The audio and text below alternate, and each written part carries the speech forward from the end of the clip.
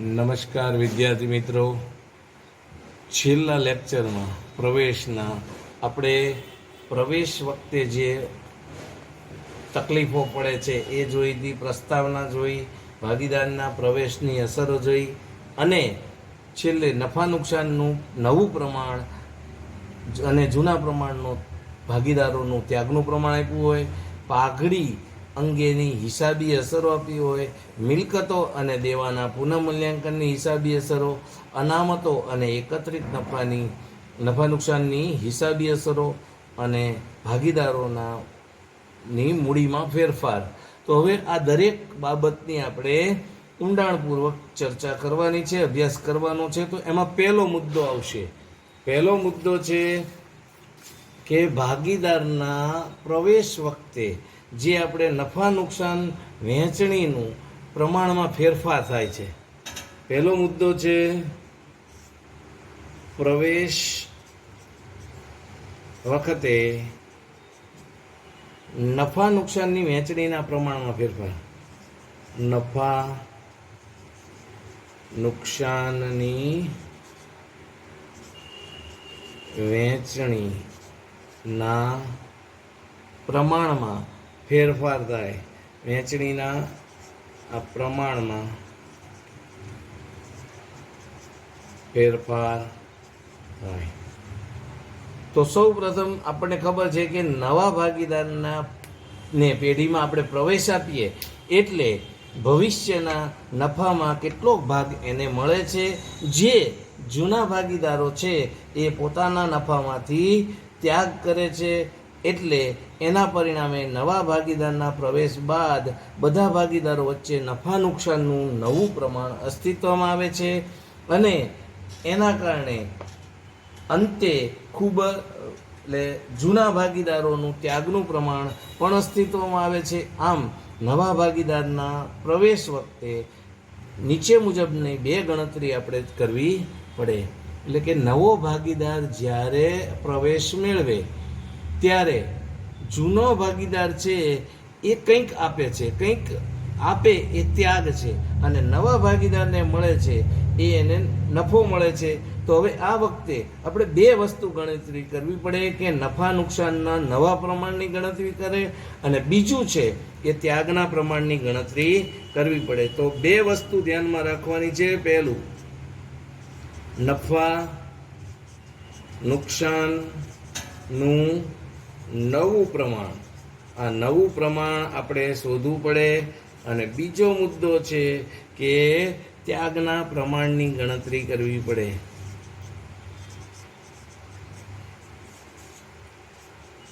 તો આ બે વસ્તુની ગણતરી કરો એટલે તમને નફા નુકસાનના વહેંચણીમાં જે ફેરફાર થાય છે એ મળે. તો નફા નુકસાનના નવા પ્રમાણ અને ત્યાગની ગણતરીના આપણે એક દાખલો જોઈશું, ઉદાહરણ જોઈશું, પછી એ અંગેની આગળ વિગત ચર્ચા કરશું. તો નફા નુકસાનનું નવું પ્રમાણ એટલે નવા ભાગીદાર સહિત બધા ભાગીદારો પેઢીનો ભવિષ્યનો નફો કે નુકસાન જે પ્રમાણમાં વહેંચવાનું નક્કી કરે છે તે પ્રમાણ. નવું પ્રમાણ એટલે શું? તો નવા ભાગીદાર સહિત બધા જ ભાગીદારો જે ભવિષ્યમાં જે નફો થવાનો છે એ નફો કે નુકસાન જે પ્રમાણમાં વેચવાનું નક્કી કરે છે એને નવું પ્રમાણ કહેવામાં આવે છે. નફા નુકસાનના નવા પ્રમાણની ગણતરી નીચે મુજબ આપણે બે સંજોગોમાં કરવાની છે. તો એમાં પહેલું આપ્યું છે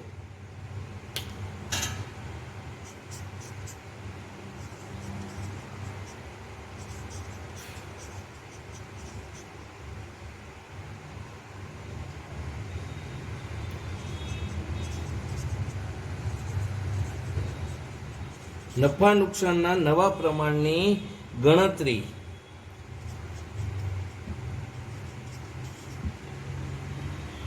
નીચે દર્શાવ્યા પ્રમાણે સંજોગોમાં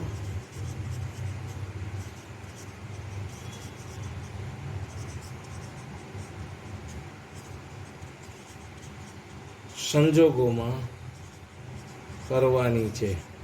બરાબર? એ સંજોગો કયા છે? તો પહેલો સંજોગ જોઈએ તો જ્યારે પહેલો સંજોગ છે, હવે જો દાખલા શરૂ થાય છે, ખાસ ધ્યાન આપજો. જ્યારે જૂના ભાગીદારોના જ્યારે જૂના ભાગીદારોના ત્યાગનો ભાગ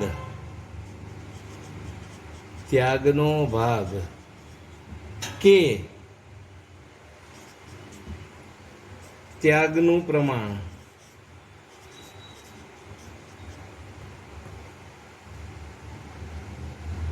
આપેલ ન હોય, એટલે કે જૂના ભાગીદારોનો ત્યાગનો ભાગ અથવા તો ત્યાગનું જે પ્રમાણ છે એ ન આપ્યું હોય ત્યારે આપણે શું ગણતરી કરવાની છે એ જોવાનું છે. તો હવે આગળ જોઈએ તો પહેલાં આને સમજી લઈએ. એટલે આનો અર્થ એવો થાય કે જૂના ભાગીદારોનું જૂનું પ્રમાણ અને નવા ભાગીદારને આપવાનો નફાનો ભાગ આપ્યો હોય. એટલે કે જૂના ભાગીદારનું જે જૂનું પ્રમાણ છે આપ્યું હોય અને નવા ભાગીદારને કેટલો ભાગ આપવાનો છે એવું આપ્યું હોય ત્યારે તો આ બાબતમાં એક ખાસ વસ્તુ યાદ રાખજો કે જ્યારે જૂના ભાગીદારોનું નફા નુકસાનનું જૂનું પ્રમાણ અને નવા ભાગીદારને આપવાના નફાનો ભાગ આપેલો હોય ત્યારે એવું ધારણા કરવામાં આવે છે કે નવા ભાગીદારને તેનો ભાગ આપી દો, પછી જે નફો વધે એ ભાગ જૂના ભાગીદારોને જૂના પ્રમાણમાં વેચવામાં આવે છે અને વેચી લે છે એવું માની જ લેવાનું છે. એટલે આ ખાસ ધ્યાન રાખવાનું છે. તો હવે અહીંયા આપણે એક ઉદાહરણ દ્વારા સમજૂતી મેળવીએ. તો ઉદાહરણ પહેલું આપણે સમજીએ છીએ, પછી એકાદો દાખલો કરીએ. તો ઉદાહરણ 1.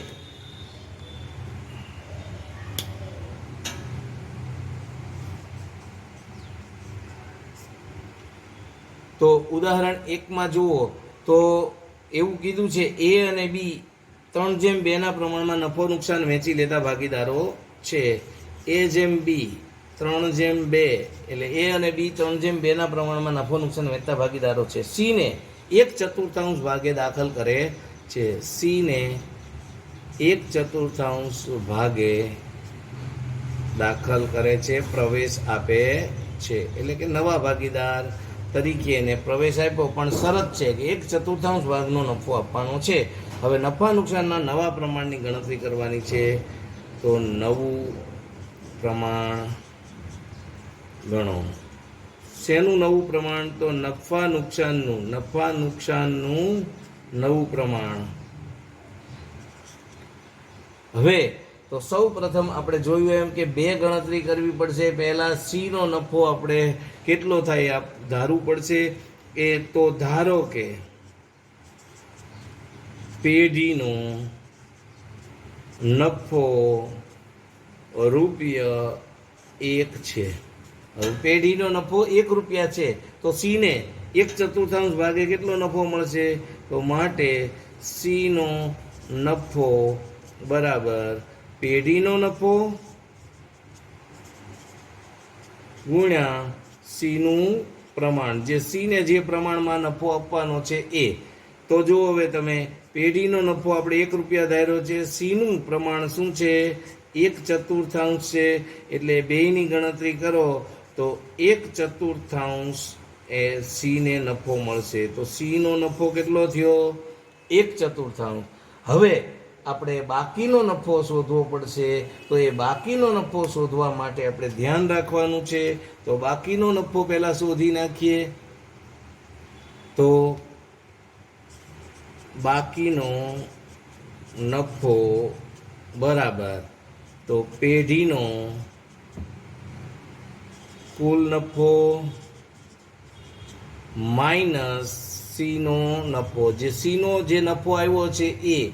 તો હવે પેઢીનો નફો આપણને ખબર છે ₹1 છે, એમાંથી જે સીનો ભાગ છે એ 1/4 આવ્યો. તો હવે તમને લસાની રીત આવડતી હોય અથવા ચોકડી ગુણાકાર જે આવડતું હોય, 4 × 4 એમાંથી 1 જાય તો 3/4 આ પેઢીનો બાકીનો નફો આવ્યો. આ પેઢીનો બાકીનો નફો આવ્યો. એ બાકીનો નફો છે એ જૂના ભાગીદારોએ જૂના પ્રમાણમાં વેચશે. એટલે એ હવે ગણતરી સમજાવું. તો જૂના ભાગીદારો જે છે એ બાકીનો નફો છે એ જૂના પ્રમાણમાં વેચશે. તો એની ગણતરી કરીએ. બાકીનો નફો 3/4 જે એ અને બી 3/2 પ્રમાણમાં મેળવશે. માટે હવે નવો ભાગ આપણે શોધવાનો છે. જૂના ભાગીદાર માટે નવો ભાગ એટલે ભાગીદારનો નવો ભાગ બરાબર બાકીનો નફો ગુણ્યા જૂના પ્રમાણમાં ભાગ. એટલે જે જૂનું પ્રમાણ હતું એમાં શું ભાગ હતો એ આપણે શોધવાનું છે. તો હવે અહીંયા એનો નવો ભાગ જોઈએ તો બાકીનો નફો છે 3/4 અને જૂનો ભાગ એનો કેટલો હતો 3/2 મુજબ ગણો તો 3/5 થશે. 3 એનો ભાગ અને 5 બેયનો સરવાળો. એટલે આ મુજબ જોઈએ તો આપણે 9 3 9 અને 4 5 20 અહીંયા છેદ ચાલતો નથી એટલે 9/20 આવશે. હવે એ જ રીતે તમે બીનો નવો ભાગ શોધો તો બીનો નવો ભાગ બરાબર બાકીનો નફો 3/4 અને એનું પ્રમાણ છે 2/5 એટલે 3×6/20. તો આ રીતે બેયનો બાકીનો ભાગ આવ્યો. હવે સી નો નવો ભાગ આપણને ખબર છે. સી નો નવો ભાગ તો 1/4 હતું પણ આપણે અહીંયા બધાના છેદમાં 20 લાવવાના છે. અહીંયા 20 છે એટલે એના છેદમાં 20 લાવો તો 4 ને કેટલા વડે ગુણો તો 20 આવે 5. એટલે ઉપર પણ 5 મૂકવાના નીચે પણ 5 મૂકવાના એટલે 5 × 5 અને 4 × 20. અથવા મારી એક નવી સરળ સિમ્પલ રીત છે. મેં જે કર્યું કે કુલ નફો 20 છે તો આ બેનો નફો એનો અને બીનો 9 ને 6 15 તો બાકી કેટલા રહ્યા 5 એટલે એ 5 મૂકી દો સીધા 20 આવી જશે 5/20. આ રીતે એટલે હવે નફા નુકસાનનું નવું પ્રમાણ શું થયું આ જવાબ આવી રીતે લખીને પછી લખવાનું. માટે નફા નુકસાનનું નવું પ્રમાણ 9/6/5 આ જવાબ આવશે. આ રીતે જવાબ આવે એટલે 3 માર્કનો દાખલો હોય છે. 3 માર્ક તમને મળી જાય. હવે ભાગીદારોનું ત્યાગનું પ્રમાણ શોધીએ તો ત્યાગનું પ્રમાણ નક્કી કરવા માટે આપણે અગાઉ શીખ્યા હતા એ રીત આવશે. તો ત્યાગનું સૂત્ર છે જૂનો ભાગ માઇનસ નવો ભાગ. તો નફા નુકસાનનું નવું પ્રમાણ શું આવ્યું 9/6/5 અને જૂનું પ્રમાણ શું હતું આ બે ધ્યાન રાખવું પડશે તો જ તમને સમજાશે. તો નવું પ્રમાણ અને જૂનું પ્રમાણ પહેલાં હું લખું એટલે તમને ખ્યાલ રહે ગણતરીમાં. તો જૂનું પ્રમાણ શું હતું 3/2 અને નવું પ્રમાણ છે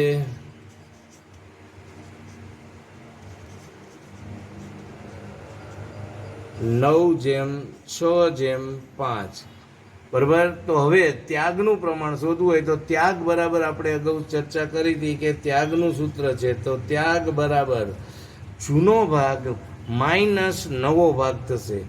તો ત્યાગ બરાબર જૂનો ભાગ માઇનસ નવો ભાગ. તો હવે આપણે પહેલા એનો ત્યાગ શોધીએ. જો સી નો ત્યાગ શોધવાનો આવે નહીં કારણ કે એને તો આવે છે અત્યારે જૂના ભાગીદારનો ત્યાગ શોધવાનો છે એટલે એનો ત્યાગ શોધીએ. તો હવે જો એનો જૂનો ભાગ કેટલો હતો 3. હવે આને આ રીતે લખો તો પણ થાય 3/5 અને 2/5. એ જ રીતે આને લખો તો 9/20 અને 6/20 અને આનું આવશે 5/5. 20 એની આપણે કંઈ જરૂર નથી, પણ અત્યારે આ તો લખવું પડે લખવા માટે. તો જૂનો ભાગ એનો જૂનો ભાગ કેટલો હતો? 3/5 માઇનસ નવો ભાગ 9/20. તો હવે જો બાદબાકી કરો ડાયરેક્ટ થશે નહીં, કારણ કે નીચે બે સરખા હોવા જોઈએ છેદ. તો હવે છેદ સરખા નથી એટલે આપણે ચોકડી ગુણાકાર કરીએ તો 20 તેરી 60, 5 નવા 45 અને 20 પંચા 100. એટલે 60 માંથી 45 જાય, 15/100. અને બીનો આપણે શોધીએ તો હજી ભાગ ચાલે છે. જો અહીંયા તમે જુઓ તો ત્રણે ભાગ ચાલે છે એટલે 3/20 આવશે. અને અહીંયા બીનો આપણે ત્યાગ શોધીએ તો 2/5 માઇનસ 6/20. અહીંયા પણ ચોકડી ગુણાકાર કરીએ, 20 પંચા 100, 20 દુ 40, 5 છંગ 30 એટલે 10/100. તો હવે અહીંયા પણ ભાગ ચાલે છે એટલે 2/20. તમે જુઓ હવે ત્યાગનું પ્રમાણ શું આવ્યું? માટે ત્યાગનું પ્રમાણ શું આવ્યું? 3/2.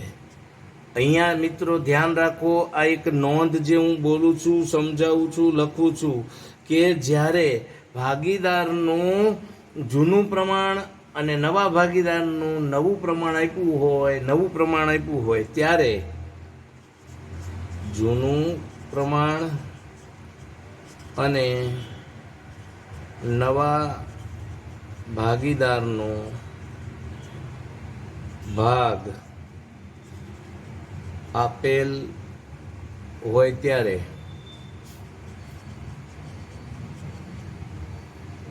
જૂનો ભાગ છે એટલે કે જૂનું પ્રમાણ એ જ ત્યાગનું પ્રમાણ આવશે. જૂનું પ્રમાણ એ જ ત્યાગનું પ્રમાણ આવે. આ ધ્યાન રાખો ખાસ.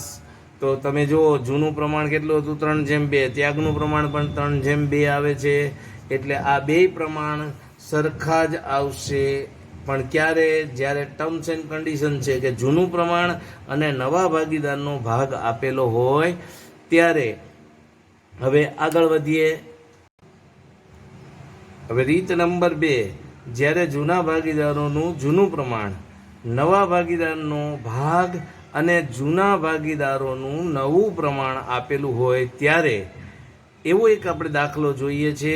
ત્યારે શું કરવાનું છે એ ચર્ચા કરીએ.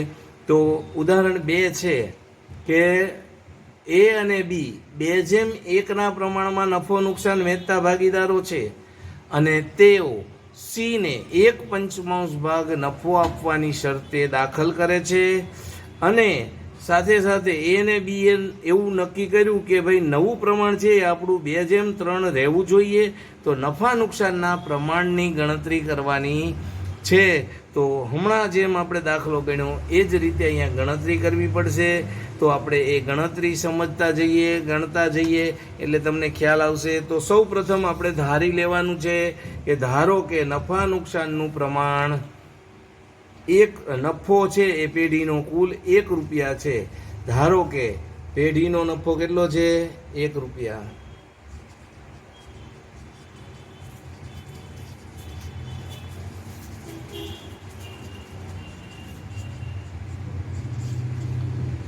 હવે પેઢીનો નફો 1 રૂપિયા છે અને સી ને આપણે 1/5 ભાગે દાખલ કર્યો છે એટલે સી નો નફો કેટલો થશે? તો સી નો નફો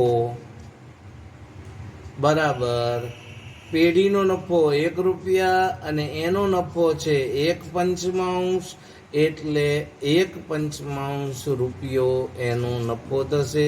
1/5 ભાગે એને નફો આપવાનો થશે. હવે પેઢીનો બાકીનો નફો, તો પેઢીનો બાકીનો નફો એટલે કે સી ને નફો આપી દો પછીનો નફો શોધવાનો છે. તો પેઢીનો કુલ નફો માઇનસ સી નો નફો. હવે જો પેઢીનો કુલ નફો 1 રૂપિયો ધાર્યો છે એમાંથી 1/5 ભાગ સી નો નફો બાદ કરો તો 5 × 5 = 5 માંથી 1 જાય તો 4/5 આ બાકીનો નફો મળ્યો. ગયા દાખલામાં આપણે ગણતરી કરી એમ 4/5 ભાગ છે એ બાકીનો નફો થશે. હવે આ નફાને આપણે 3/2 પ્રમાણમાં વેચવાના છે. અત્યાર સુધી શું હતું કે જૂના પ્રમાણમાં વેચતા હતા, પણ હવે 3/2 પ્રમાણમાં વેચવાના છે. તો હવે નવો ભાગ આપણે શોધવાનો થશે. તો ભાગીદારનો નવો ભાગ બરાબર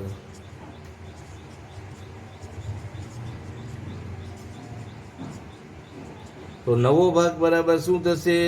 તો બાકીનો નફો ગુણ્યા જે નવું પ્રમાણ આપ્યું છે, બરાબર, નવા પ્રમાણમાં ભાગ જે ગુણ્યા નવા પ્રમાણમાં ભાગ આપવાનો જે છે એ. તો હવે પહેલા એનો આપણે નવો ભાગ શોધીએ. તો એનો નવો ભાગ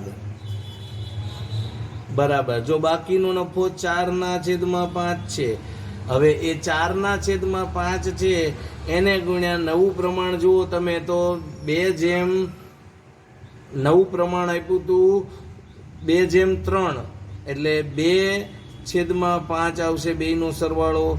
તો હવે ગણતરી કરો, 5 × 5 25 અને ઉપર 4 × 2 8 એટલે એનો નવો ભાગ આવશે 8/25. હવે બી નો નવો ભાગ શોધીએ. તો બી નો નવો ભાગ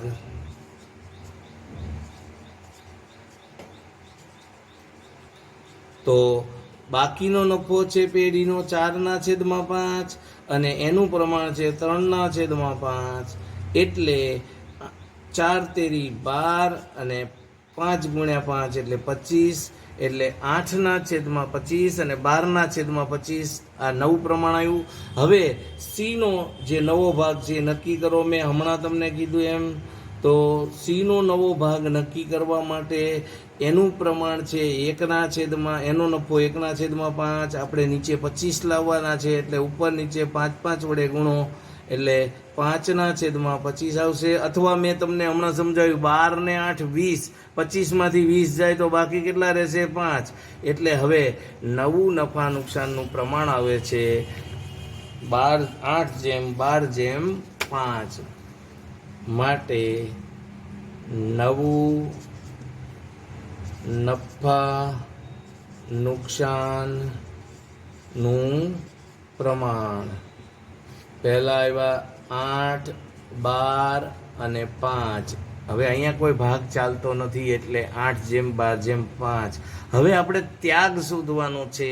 તો ત્યાગ માટે આપણે અગાઉ જોયું હતું, અહીંયા તમને નવું પ્રમાણ જ પૂછ્યું છે, પણ ત્યાગ શોધવો હોય તો તમને ખબર પડી જવી જોઈએ. ત્યાગ માટેનું સૂત્ર શું છે? તો ભાગીદારનો ત્યાગ, હું આ વધારાનું ગણાવું છું,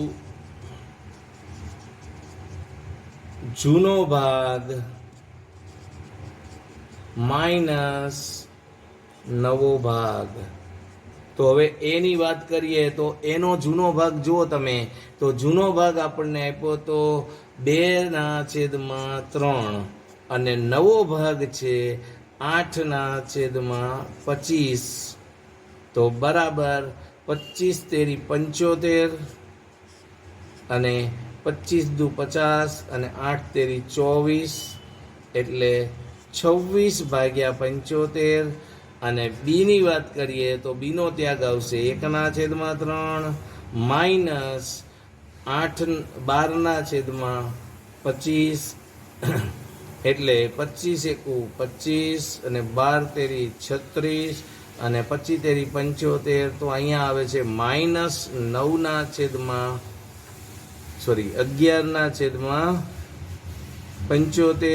એટલે કે આ ત્યાગ નથી કરતો, આને લાભ મળે છે. જો ત્યાગના સૂત્રમાં માઇનસ આવે તો લાભ થાય, આ ખાસ ધ્યાન રાખજો. એટલે અહીંયા પ્રમાણ ન પૂછાય પણ આને લાભ થાય છે. એટલે કે પહેલાં જે નફો મળતો હતો એની કરતાં નફો હવે વધારે મળે છે, જ્યારે એને નફો પહેલાં મળતો હતો એની કરતાં ઓછો મળે છે. એટલે ત્યાગ કરે છે. એ ત્યાગ જુઓ તમે, આ 26 ત્યાગ કરે છે, એમાંથી 11 કોને મળે છે? બી ને. અને 5 મળે છે કોને મળે છે? 5 નવો ભાગીદાર આવ્યો સી, એટલે એ સી ને 5 ભાગ મળે છે, એટલે 11 ને 5 સોરી અહીં 15 થઈ જશે, કારણ કે 25 છે ને, 5ના છેદમાં 25 છે, તો આપણે 75 લાવવા હોય તો 5 તેરી 15, એટલે 11 ભાગ આને મળે છે અને 15 ભાગ સી ને મળે છે. એ રીતે તમે જુઓ તો તાળો મળી જવો જોઈએ. 5/25 છે એટલે 2 ને 3 વડે ગુણો એટલે અહીંયા 75 આવી જશે અને ઉપર 15 આવશે, અને આ રીતે તાળો મળી જાય. 26 ભાગનો ત્યાગ કરે છે એ 26 ભાગમાંથી 11 ભાગ બીને મળે છે અને 15 ભાગ મળે છે સીને. આ રીતે આપણે ગણતરી કરવાની છે. આગળ ઉપર હજી દાખલા ઘણા જોવાના છે, પછી આગળ મળશું ત્યારે હવે સ્વાધ્યાયના 1-2 દાખલા ગણીશું. અસ્તુ. જય ભારત. નમસ્તે.